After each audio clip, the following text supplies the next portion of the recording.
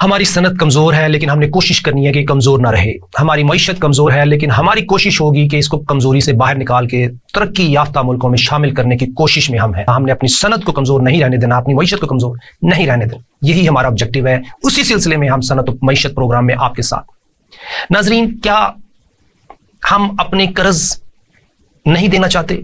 नहीं, ऐसी बात नहीं है। कोई मुसलमान जिस पे कोई कर्ज आ गया, उसकी पहली कोशिश ये होती है कि मैं अपने आप को इस कर्ज से निजात दिलाऊं। हम पाकिस्तानियों की नीयत यह है कि हम कर्जे उतार दें।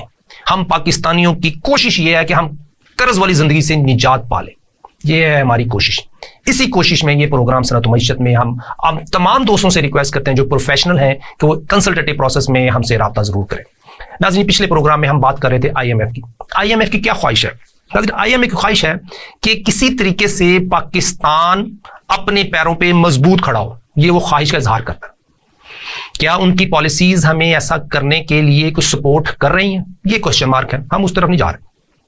हम इस तरफ जा रही हैं कि क्या मेरे घर में कोई डाकू घुसा हुआ है जो डाका मार रहा है, तो मैंने उसको रोकना है। क्या मेरे घर में कोई ऐसी प्लानिंग हो रही है पाकिस्तान में कि हमको कर्ज दर कर्ज जकड़ दिया जाए और फिर अपनी मर्जी से एक्सप्लॉयटेशन के थ्रू हमारे रिसोर्सेज पे कब्जा कर लिया जाए? नाजरीन, आजकल मॉडर्न हथियार है करेंसी। आपकी करेंसी मजबूत है तो आप मजबूत हैं। आपने इंपोज कर दिया दूसरे पे कि भैया मेरी करेंसी में मुझे पेमेंट करो, और कोशिश वो करता है कि आपको उसकी करेंसी ना मिल सके, तो वो अपनी प्लानिंग में अपने मुल्क के लिए काम कर रहा है जो उसका हक है। नाजरीन, अगर US, यूरोप, रशिया, चाइना अपनी करेंसी को मजबूत कर रहे हैं तो उनका हक है। लेकिन पाकिस्तानी होने के नाते क्या पाकिस्तानी का हक नहीं है, हमारा हक नहीं कि हम अपनी करेंसी को मजबूत करें? नाज़रीन, बिल्कुल हमारा हक है, लेकिन हमारे कवानीन ऐसे हैं कि हम इस हक से महरूम हैं। हमारे जजेस हजरात जो सुप्रीम कोर्ट में बैठे हैं, उनको चूंकि वो इकोनॉमिस्ट नहीं है, उनको अंदाजा नहीं है कि किस तरीके से करेंसी एक मॉडर्न हथियार है। अल्लाह करे उनको इस चीज का थोड़ा एहसास हो जाए तो इसके ऊपर वो सू मोटर ले सकते हैं। लेकिन हम इस वक्त IMF की बात कर रहे हैं। नाज़रीन, क्या IMF चाहता है कि हम डिफॉल्ट हो? IMF क्या चाहता है कि हम पाकिस्तानी अपने कर्ज पे कर दें, चाहे वो IMF का है चाहे दूसरा है। लेकिन उसके लिए जो वो पॉलिसीज अडॉप्ट करता है, जो हमें एडवाइज कर रहा है कि जी हम अपनी मॉनेटरी पॉलिसी को स्ट्रक्चर करें, एडवांस करें, टाइट करें, हम स्ट्रक्चरल रिफॉर्म ऐसे क्रिएट करें कि कलेक्शन ऑफ टैक्सेस बेहतर हो जाए, हम अपनी स्टेट ओन्ड एंटरप्राइजेस को इस तरीके से स्ट्रक्चर करें, इस तरीके से डेवलप करें, डॉक्यूमेंट करें कि कोई ऐसा लकूना ना हो, कोई चोरी ना हो, कोई करप्शन ना हो। नाजरीन, वो तमाम जगहें, वो तमाम बातें जो IMF कह रहा है वो अपनी जगह बिल्कुल ठीक कह रहा है।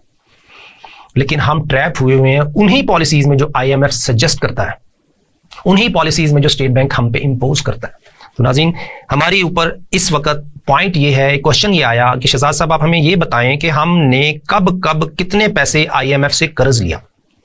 तो उसके ऊपर मैंने थोड़ी वर्किंग की और आपको बता रहा हूं कि हमने पाकिस्तानियों ने IMF से जो टोटल आज तक पैसे लिए हैं, अगर मैं उसकी एक प्रॉपर हिस्ट्री की तरफ जाऊं तो आज तक हम पाकिस्तानी टोटल 18 बिलियन 1984 से लेके, मैं 1984 से पहले का डाटा नहीं मुझे मिला IMF की वेबसाइट से, 1984 से लेके आज तक हमने 18 बिलियन डॉलर, ये डॉलर तो नहीं, अगर SDR कह लें इनको, SDR IMF की करेंसी का नाम है, 18 बिलियन, जो कि डॉलर से थोड़ा सा महंगा होता है, 1.2 आता है इसमें इस वक्त जो आजकल का रेट है।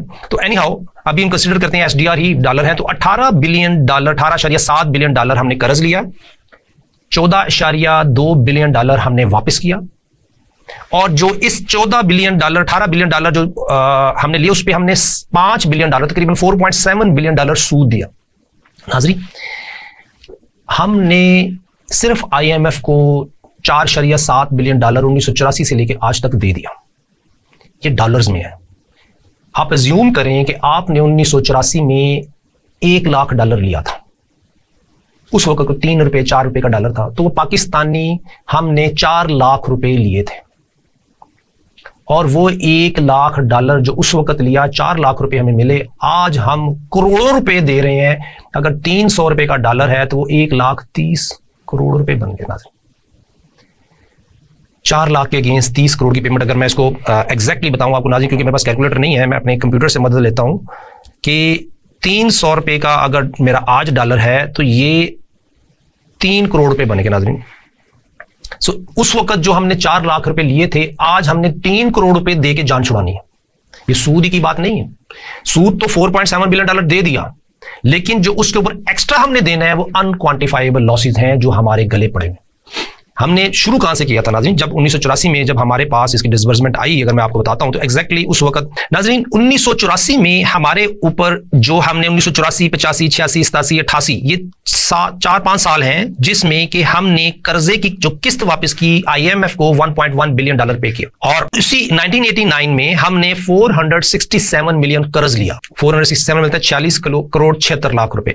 उसके बाद 23 करोड़ हमने लिया, 18 करोड़ लिया, 8 करोड़ 80 लाख लिया।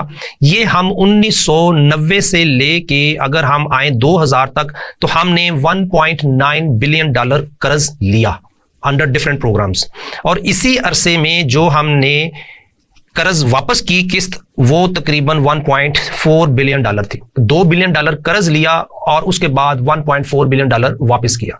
इसी के साथ अगर हम आ जाएं 2001 से लेके 2020 तक तो नाज़रीन 2024 तक चले जाते हैं, उसमें हमने $16 बिलियन उनसे लिया और इसी असना में हमने जो उनको पेमेंट की वो $12 बिलियन की। हमारा डेफिसिट इस तरीके से बढ़ता रहा कि हम पिछला कर्ज लेने के लिए अगला कर्ज ले रहे हैं और अगला कर्ज उस वक्त तक नहीं मिलता जब तक कि सूद की पेमेंट ना दे दी जाए। ये वो विशेष सर्कल है जहां पे कि हम ट्रैप हैं। इसके अलावा हमारे पे पेरिस क्लब का इनका तो कुछ भी नहीं है। ये कोई 5.3 बिलियन SDR है जो कि 6-7 बिलियन डॉलर बनते हैं जो आउटस्टैंडिंग लोन है। ये 6-7 बिलियन वो 130 बिलियन डॉलर के आगे कुछ भी नहीं है।